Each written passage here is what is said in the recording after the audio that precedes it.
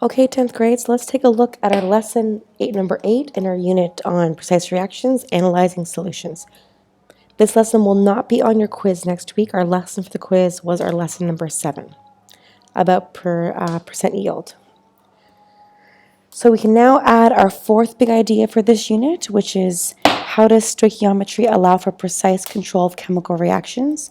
We will continue to work on answering all of these big ideas throughout the last 4 lessons we have in our unit. So take a minute, pause the video, and write these down, please. Once you've had that big idea written down, then you're going to make a template for today's lesson. The title is Analyzing Solutions, and you have the one-page template here with solutes and solvents for half of it, working what those things are, and then example here, calculations, and then space for practice calculations and a whole page for that. You might need more, but that's a good start. There's quite a few practice problems to do to really make sure we get these calculations straight.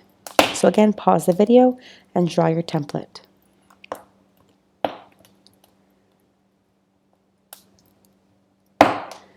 Okay, here are our 2 targets for today. Our content target is I can use my understanding of the mole to calculate the molarity of a solution.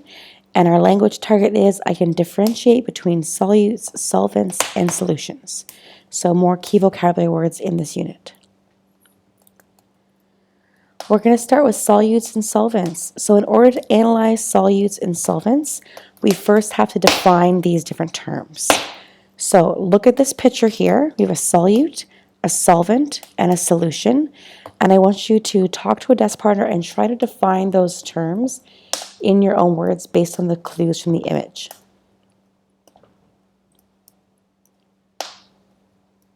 Okay, so pause the video if you are not done, and we'll look at the definitions here. So the solute is the blue powder, and that's a substance that is dissolving, that you're going to dissolve in your liquid is a solute. The solvent is the liquid you're going to dissolve the solute in. In this case, it's water. Oftentimes we use water. And the solution is what is created when the solute is then dissolved in the solvent. The finished product is a solution. We use a blue powder like this in the lab. Can anyone remember what it's called or look at their lab to find out? Can you use our lab procedures and your notes to look at what are some solutes and solvents and solutions we've used in our unit so far? So for example, in our mole concept lab, we use this exact same solution and solute. You used weighed out copper 2 sulfate solute. You added it to water, and then you heated it on the Bunsen burner to help it dissolve completely into a solution. We also used hydrochloric acid in our last lab, with calcium carbonate, your mass concept lab, which is a summative lab for this unit, to create a solution as well. Ms. Katori made that one for you, but it's also a solution that we used. Okay, so you look at this, so when we talk about solutions and their concentration, is looking at the blue dots here are the solute particle and the purpley ones are the solvent. So how would you describe these 2 different solutions? So what we have here is we have a concentrated and we have a dilute solution. What do those terms mean to you? So hopefully what you're getting is you're seeing here that in concentrated, we have more particles of the solute compared to particles of solvent in our final solution. And in dilute solution, we have less solute compared to solvent. Here's kind of a continuum of having a more dilute to a more concentrated solution. So how would you describe it? What words can you use to describe how concentrated a solution is?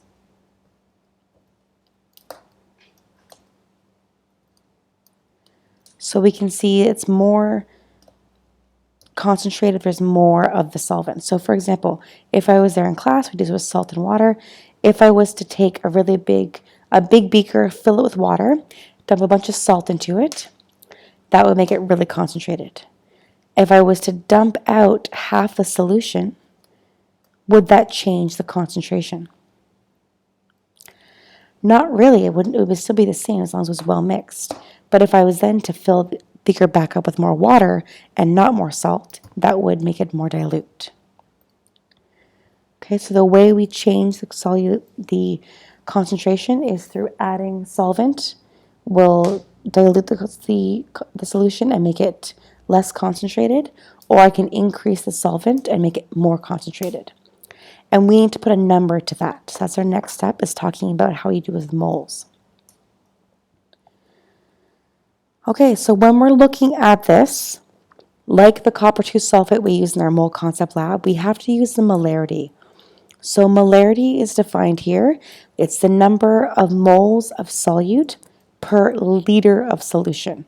So you can copy it down as is written here or as is written here. Either one is fine. When would it be useful for us to define the molarity of a solution? When is that a useful thing for us to be able to do? So for our mole concept lab, where we made a solution, we wanted to know how many moles of copper 2 sulfate were there. We'd have to use the molarity and the volume to figure out how many moles there were. Or if we want to control a solution carefully, we can figure it out this way. Anytime we want to make a certain kind of concentration of solution, so for example, in the hydrochloric acid that Ms. Katuri made for you guys for your lab with the calcium carbonate, that was a 0.1 molar for 10.1, and we realized that wasn't very strong. We upped it to 1 molar for 10.2. So we increased the solute, increased the concentration, and that increased the reaction. Please write down the formula this way or as a formula triangle. Either one is correct in your notebook. So the box is for your notes. Okay, so the formula is molarity is the moles of solute divided by the volume of a solution in liters. It has to be liters.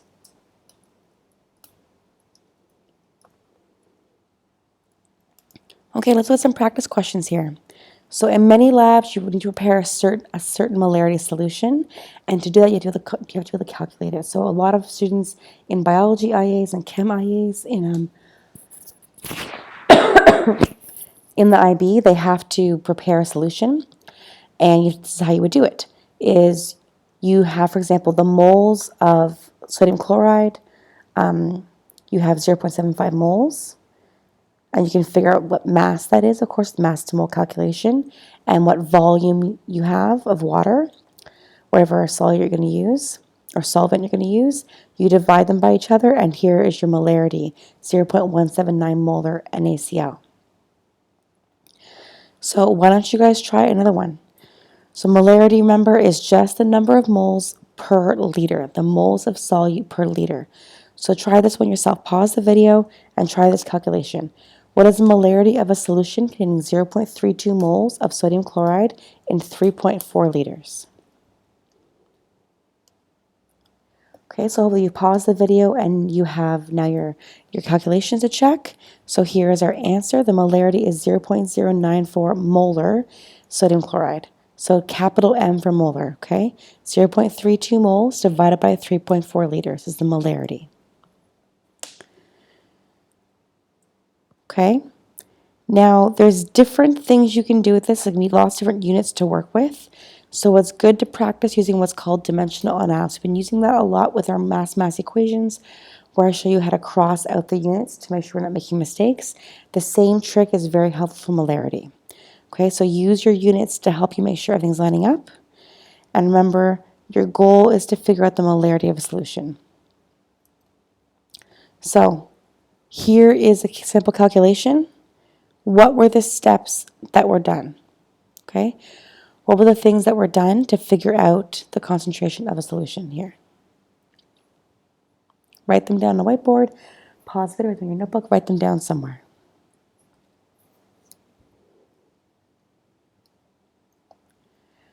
So what was done is that the formula is molarity is moles per liter. So we had 8 grams of sodium hydroxide and then of 400 milliliters. Now the problem here, 400 milliliters, that is not in liters. We had to convert that. 400 milliliters is equal to 0.4 liters. So you have to convert milliliters to liters. If you need help with that, let me know. Give it a YouTube for unit conversions, metric unit conversions if you need help with that as well, okay? So 0.2 moles divided by 0.4 liters gave us 0.5 moles per liter. In this case, They figured the molar mass to figure out the moles. So molarity is moles per liter, and then you can also figure out the moles by how many grams you have of sodium hydroxide, and that's how many, using the molar mass in the bottom.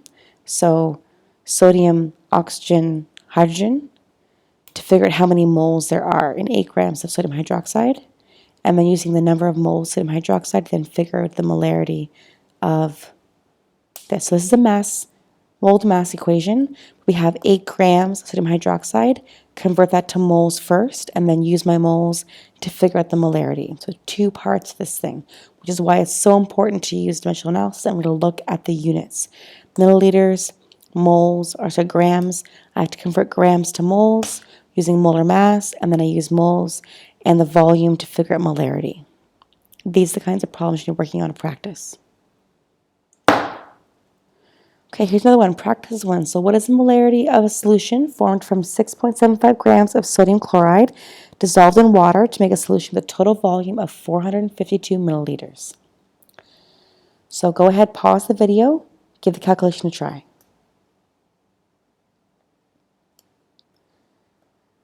Okay, so hopefully you've done your calculations now. We can check your work. So you're going to take 6.75 grams of sodium chloride and the volume in milliliters, and we're going to be converting that using molar mass. 58.4 grams is the molar mass of sodium chloride. I use the molar mass of sodium plus of chlorine, add them together, 58.4. So this is letting me convert my mass of sodium chloride to moles. And then to convert milliliters to liters, I put 1,000 milliliters is equal to 1 liter. So notice my units are crossing out. Milliliters on top here, milliliters on bottom here. Grams of sodium chloride on top here, grams of sodium chloride on the bottom here. Which leaves me with moles and liters. And that's what molarity is moles per liter. So this gives me 6.75 times 1 times 1,000 divided by 452 times 58.4 times 1, which gives me 0.256 moles per liter. If doing it all in multiple steps like this is tricky for you, you can just do it how we did back here, step by step, by first converting your mass to moles here, and then taking that moles and converting it into molarity and converting your milliliters to liters. You can do it separately too, that's fine, as long as you're showing your work and you're showing your formulas. Okay? All right, so that's the lesson for today. Now it's important to practice. Now the practice sheet I've attached in today's lesson is the molarity worksheet, and it has 6 different levels in it. The one you have to do is level 6. Okay, that's what the one is, the homework. The other ones are starting quite simple. Figuring out molarity if you have moles and volume given to you. It has examples on how to do them, and then it gets more complicated as you go, okay? So we're calculating volume, or if given molarity and moles, or with moles if you're given solute and molarity, but you're still just given moles and volume. Level 3, now we're adding mass. Instead of giving moles, we give you mass to convert mass to moles first. Now we're doing volume if you have molarity and mass. And then we're doing mass if you have molarity and volume. And level 6 is a bit of all of these. So find a partner, sit together, practice these ones based on what your current understanding is. If this is tricky for you, start here.